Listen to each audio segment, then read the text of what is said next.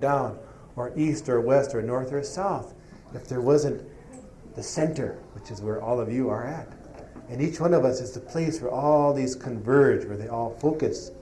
So I'd like to kind of take all these notes and put them together and dedicate that to all of you, because we all have these beautiful qualities, these beautiful characteristics, attributes. And not just individually, but collectively. This is really our destiny, you see. To me, this is a good way of thinking about that. So I'll dedicate a song to all of you here. Let's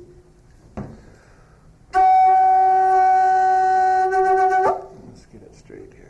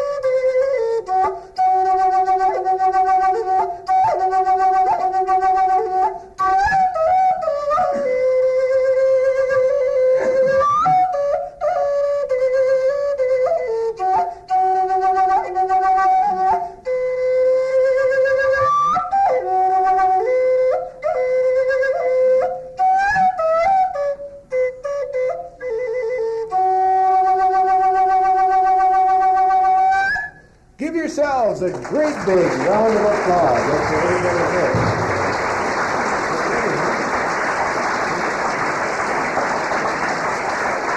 That's for all of you here. And I really believe that too. I think we have some of our dancers ready. Maybe he went out to invite him in. I'll play another song. Let me play a song from over here in Tama, Iowa. I'll play this song. This is a traditional flute song, and they play love songs on the flute. Love songs. And so this is a wonderful theme. I think it's wonderful.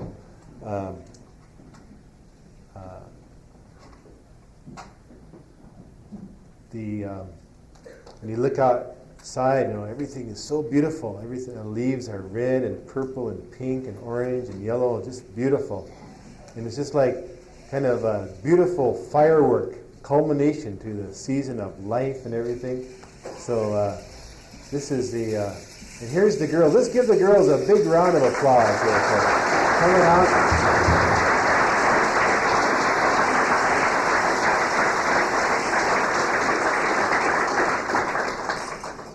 So I'll play one song here, then we'll make a little space and we'll have a little dance exhibition at that time. So here we go.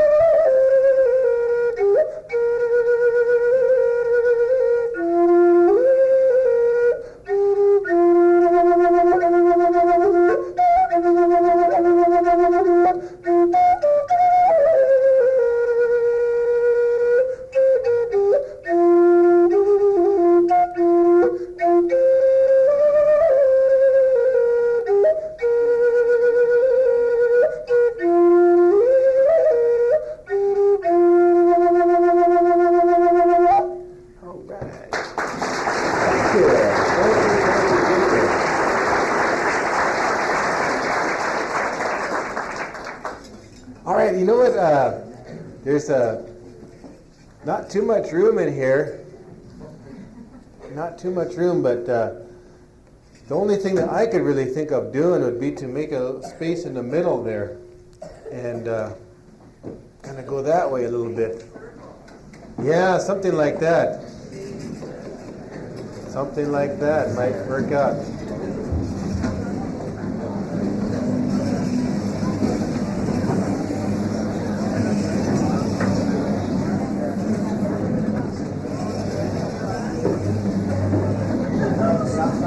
Yeah, there you go, Bruce.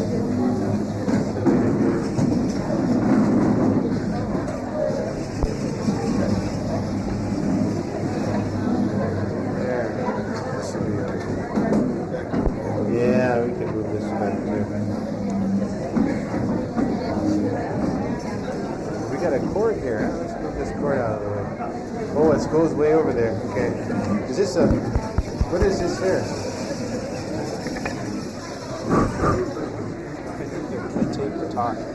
Oh, they're taping it. Oh, okay. All right.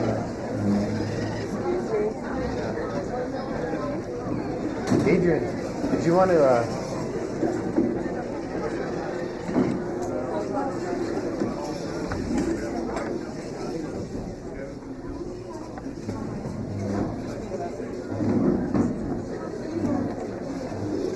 Yes.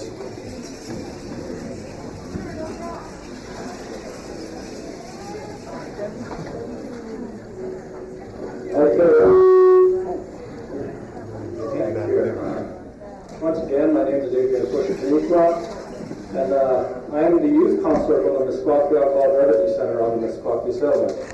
And one of the things, projects, I guess, that I tend to get involved in is doing something extra for the youth and getting them involved in some alternative activity. And the group that I have here, just a portion of the group, which are able to make it, and we are called the Terre Rouge Activity Club. Of course, Terre means earth, and Rouge is the French word meaning red. So we came up with that name, and it's also a chemical-free promotion type of club, where in order to be part of the club, you have to be free from alcohol, drugs, and other substances. So far we have about a membership of about 18. So we're doing pretty good out there. But one of the main ideas of this group is like a song and dance troupe, and it enables the kids that you see here to get into the professional world, just like Kevin is, I guess. Yeah. So we do have a good time, and most of the time kids like travel and have to go perform and get to meet people, and it's a good experience for them to be involved among the people of the world. So we have three ladies here who are dancing, and we want to do two demonstration type of dances, and we usually do this in all performances that we have. We performed in many places, and been most fortunate to do that. Our first dancer here is Avis Bear, and what you see with her wearing is what's referred to as a jingle dress. And of course, she's a jingle dress dancer. This particular type of dance is not originally from the Meskwaki tribe. It's from an upper northern tribe, one of the Ojibwe tribes. And I believe it's sort of a healing dance type of thing, where this particular dress was in a dream. An individual had a dream, and this one individual, which happened to be a lady,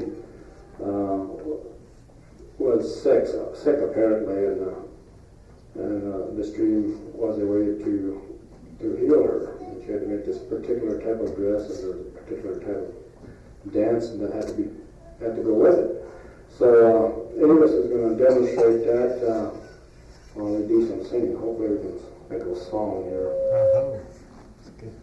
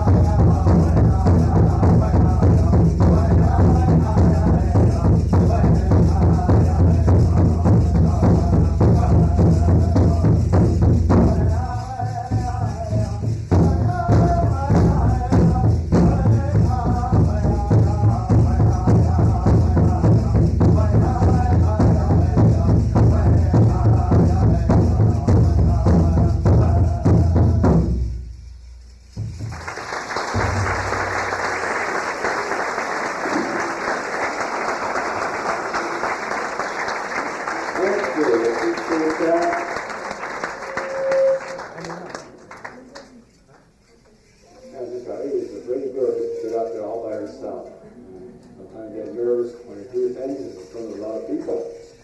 We'll get used to it. Okay, the next dancers, and they're the lucky ones because there's two of them out there, so they're not great. These are the fancy shawl dancers. I believe we usually have traditional dancers, and we don't have one, but I know one of these girls does also do the traditional dance. But this is a contemporary form of dancers, and their style is more of a kind of upbeat dance among the youth, especially because they like to move around faster than all of us older guys, I guess. So the fancy style that they have incorporates the shawl that they're wearing, and they can do whatever they need to do with the shawl, but they're usually fringed, and they like to decorate them, and both of these girls have matching outfits that they made themselves, I believe, sequin designs or beadwork, and we have over on the west end, we have Kansas Sanachi, and on this side we have Johnny Awanati. So they're going to do some fancy shawl dancing. Of course, over here we have the drum accompanying me. These are my sons here. Over here we have Brenton, and we have Anton over here.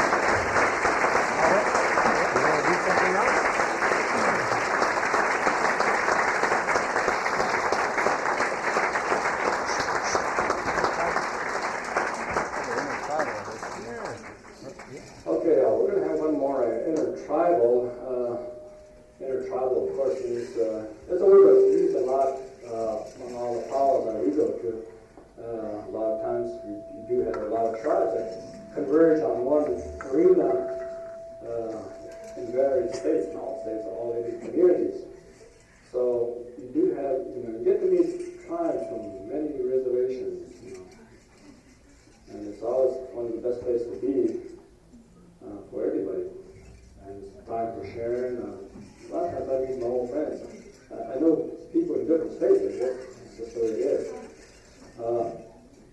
I'd like to also mention that the group here at Terre Rouge has been invited to perform at the Governor's Youth Conference in Des Moines on October 28th. So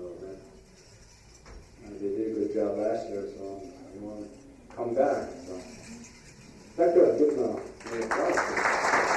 Good job.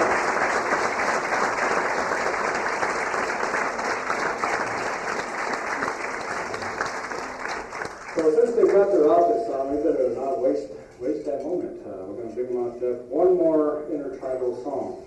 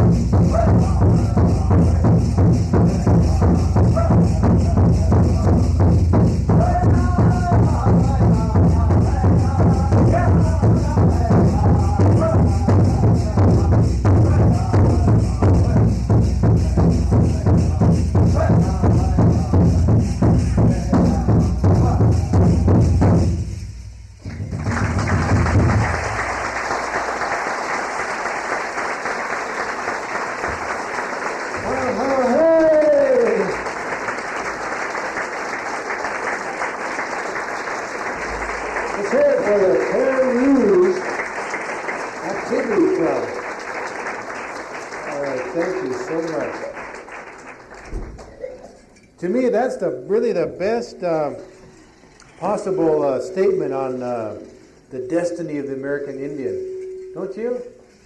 I think so.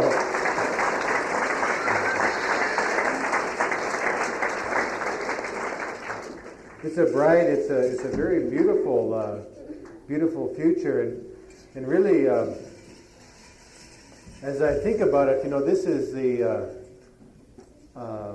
probably the most important. There's really three areas that I notice that the American Indian people in North America are taking a global leadership role in, and I'll list them in reverse priority. And I don't know if it's really fair to prioritize them, but I'd like to mention what to me the most important last. One of them I'll say is the movement towards sobriety and the identification of alcohol, especially and other drugs, as really being a source of inflicting such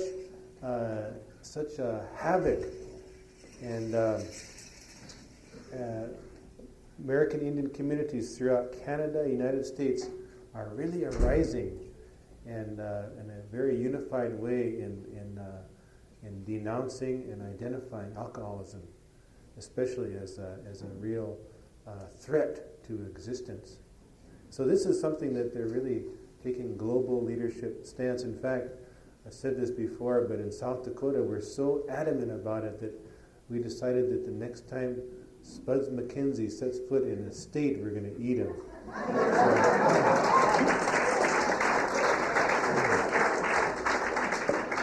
Another one that's very important also is the movement towards the spiritual unity. Spiritual unity, as you look out in the world, you see that people are organizing themselves around many, many different basis or focal points of unity. And you have like people organizing around, social themes or social focus. Other, there's so many like economic unity, or maybe racial, people of, certain racial background, or maybe linguistic or cultural, or other different ways that people are become united. But it seems as if it's not really a strong connection. It's kind of like I'll just, these girls have beautiful beadwork. You see a lot of beadwork. Beadwork is very, very beautiful. It's very, very beautiful, and it's important for Indian people to do that, because you see there's hundreds, or like over here in some of the outfits, thousands of beads. And I always envision this as being like representing diversity out in the world. You look out in the world and you see, if you just look at it at a glance, it looks like it's so awesome, overwhelming. But you can see how out in the world everything is bound together by great forces of love, the power of unity in the creation. Also in humanity, out in the world of humanity. And it seems like as people organize, it's just like if I were to put all these beads together. Let's say I was going to make some nice design, I put all these beads together, but unless I had them connected in some way, the first little jolt, those beads will scatter in 1,000 directions. You see, this is what's heartbreaking out in the world. You see so many things crumbling out in the world today because people have organized around these other bases of unity. But you see, these beads are together, like all the beadwork you see, because they're all connected by invisible threads. In this case, of course, it's just thread, nylon thread, or whatever it is. But in the world of humanity, the thing that really can connect us are the bounds of love, and that's what Indian people are at the forefront of. I think even on a global scale, is emphasizing becoming united around spiritual themes, spiritual unity. It's very, very significant, very important. And these, I'm just touching on them lightly. And the third that I'll mention is the emphasis on youth. Emphasis on youth. This is, I think, the most important area.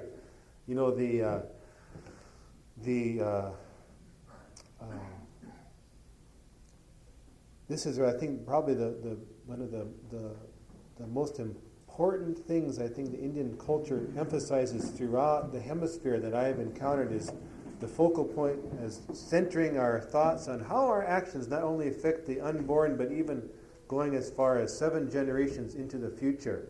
7 generations in the future, like a lot of people are wondering, like now that Dance with Wolves is out, Why did these people organize? What was it that caused them to have this vision to rise up and to really stand their ground? You know, and probably the best example is right here down the road over in Tama. People who have really had a great vision of maintaining their way of life and to ensuring something stable for their future generations. I think they're the most successful community in North America in doing that. And a lot of them in that community, they disagree with me, but looking at them from the outside, I have to say that. And you know, that generation way back there in the later part of the 1800s, they did such incredible things. They rose to such a great heights of heroism. But now, I think, you know, the message that I've been getting as I go around South Dakota is that the different older people are saying that generation back there, they were saying that there would come a future generation in which they could, the heights of heroism to which they could potentially rise would be so great that it would completely eclipse what they did back then. Make it look like child's play. And, you know, like the whole era that Dance with Wolves focused on, that's what the things that I'm hearing nowadays. These elders are talking that way.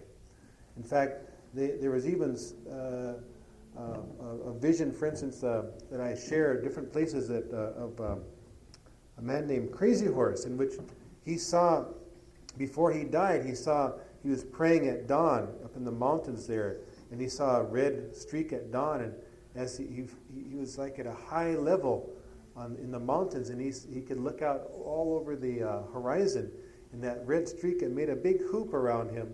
And as he looked at it, he saw faces in there, and there was his own people. And then as he looked at it, he saw that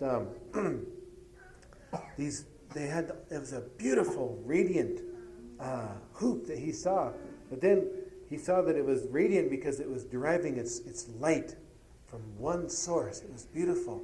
But then he saw darkness enshroud them, and that broke up, and these people began to quarrel with each other and separate. And this really broke his heart. He began to pray for them that unity could be restored. But like an eagle, he soared. He rose up. And this time from his new height, he could look out and he saw all over this continent different red hoops of people. See? And then he saw all these different tribal peoples here on this continent. He saw how beautiful they all were. He even saw the Pawnees, saw they were very beautiful people. All these different, they had these tribal boundaries way back then. They did have warfare among each other. But he saw over that. He saw all the wonderful things that they had. And so it was thrilling to see, but then he saw the same thing happen, this darkness kind of sweep over, and they broke up. And he prayed for all of these. This must have been acceptable or pleasing to God. And so like an eagle, he rose up again, and he looked out, and he saw all over the world. He saw all the hoops of humanity out in the world, and they were all the colors of black, red, yellow, and white. Very beautiful, overwhelming, in fact. He was just so ecstatic to see this, just like a great treasure opened before him. And then suddenly the same thing he saw, like that tempest sweep over, darkness sweep over. And he saw that the people these hoops began to fracture and began to completely crumble. And the people began to seethe within and began to lash out in hatred and jealousy and animosity and all these terrible things. And he saw them begin to fight and kill each other. And they began to roll in the dust, and the dust began to roll up, and all the while it was getting darker and darker. And he saw the blood flowing out over the earth, and heads rolling, and arms, and stench of death, and sound of crying, children crying, everything. And pretty soon he saw that all the light went out. There's no light left on the earth. And he began to cry at that time. Remember, he was like an eagle soaring, and he began to cry. He saw there's no light left on the earth. And he thought, well, all these things that he had heard in the past, these beautiful stories and things, it was all rubbish. All rubbish. There was no hope, nothing in the future. And he began to cry at that time, and then as he was crying, so caught up, he began to remember, he was thinking, my, that was so beautiful what I saw, all these people, humanity. And he thought to himself, they didn't understand. They didn't see the beautiful thing that I saw. He was thinking this. And then as he was thinking that, he began to pray that way. So he began to pray.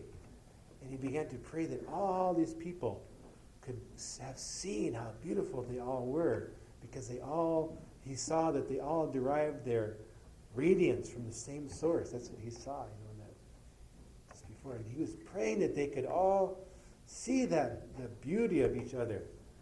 And this prayer must have been very beautiful, because and it must have been pleasing to God, because as they said, he just like an eagle, for the fourth time he soared upward, and he felt himself going up. And as he felt himself going up, he heard this little meadowlark, like a meadowlark in the springtime they sing, and he heard that song. And then he opened his eyes and he looked up and he saw that he was looking into the future. He was looking in the future. And as he looked into the future, he saw the sun crack over the horizon. And even just a little edge of it, little piece of that sun on the horizon, it shot a light out over the world. And even this little piece of light, when it hit the world, he saw that the people began to stand up out in the world, and they began to shake that dust off. Remember, they're all covered with dust and everything. They began to shake that dust off, and they began to look at each other, and they began to help each other up, They began to think about their children. They began to get together and create beautiful patterns of unity, beautiful hoops of unity. And as he saw this, he saw that they began to all come together, and they made like a great hoop out of many hoops, They made a great, beautiful design. And he saw that this design was put down on the earth. And he was looking into the future. And he saw that this beautiful design was established here on this island, here, you see, North America. And then, as he looked at that design, he was very happy, because he saw that even his own future generation were important, very significant role, as they all did in there. And so this is what he saw this, and then he was of course killed shortly after that. This is the period that, like Dance with Wolves, it closes the door right there. You don't know what's happening after that. It's just like, that's what I was thinking. We're still dinosaurs.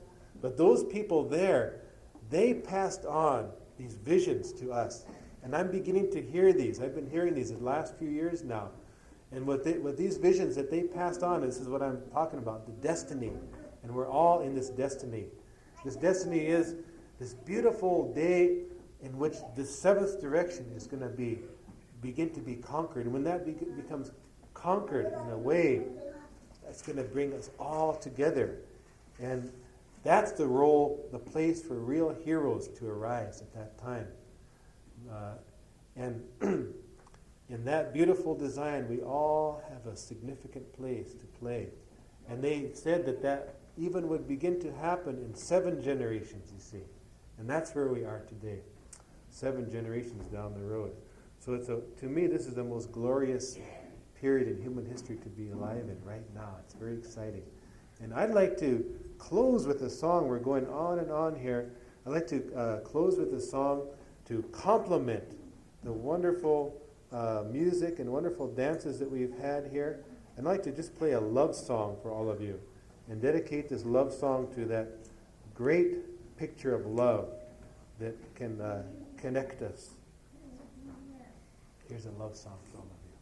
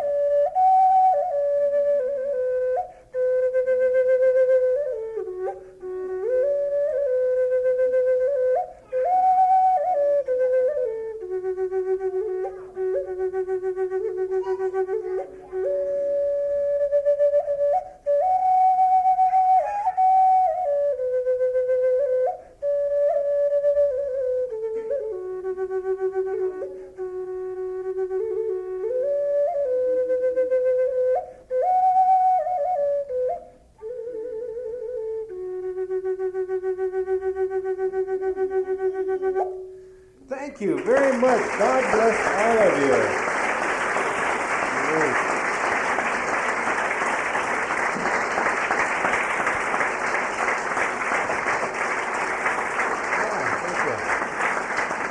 I'd like to thank all of the organizations, especially the Baha'i Student Organization, whom I know personally, for this wonderful evening. It's really been a blessing to see all of you. I enjoy it, and I would like to just close with a little brief prayer, if I could. It has to do with the flute, and I'm going to say it in first person, but I'm going to say it for all of you. This is just 2 sentences. It says, "O God, make me a hollow reed, through which the pith of self hath been blown.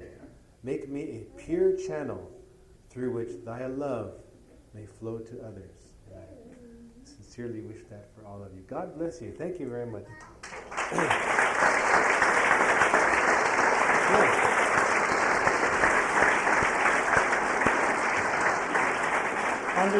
On behalf of the Baha'i Student Association, I would like to thank the youth of the Terra Rouge Activity Club, Adrian for being with us, and for Kevin Locke. Sitting here listening to everything they've shared with us tonight, it just hit me how the diversity that we encompass collectively as a human race is really an asset. It's a point of beauty, a point of light, and it should not be a point of contention that we have often made it in the past. And I appreciate them sharing a part of themselves with us this evening.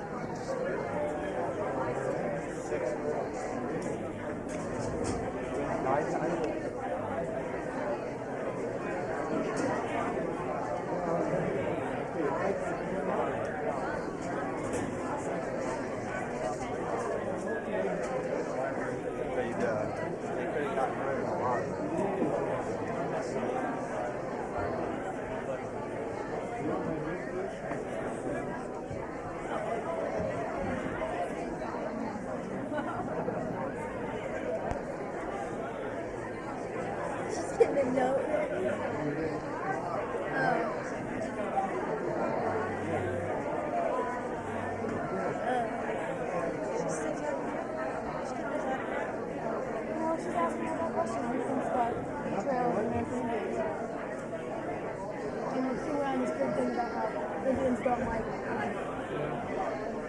kids dressing up as Indians because it's a grade for them.